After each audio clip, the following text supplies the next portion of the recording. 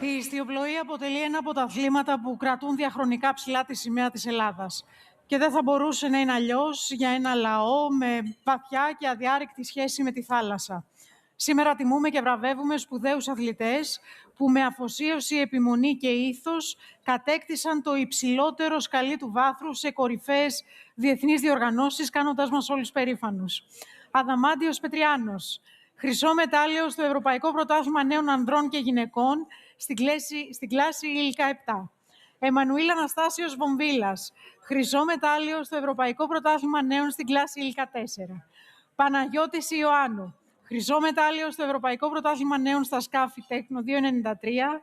Ερμιόνη Γκίκα, χρυσό μετάλλιο στο Παγκόσμιο Πρωτάθλημα Εφήβων Νεανίδων, στο Ευρωπαϊκό Πρωτάθλημα Νέων Ανδρών και Νέων Γυναικών στην κλάση ΙΛΚΑ 6.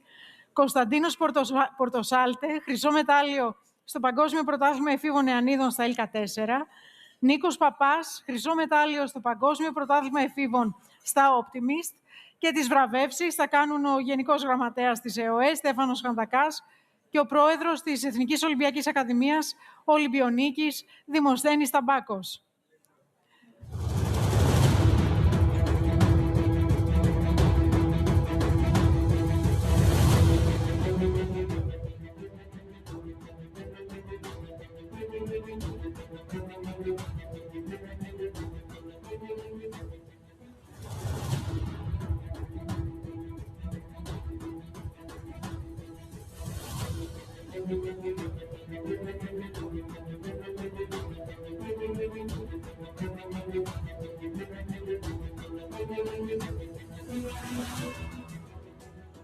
Ελάτε.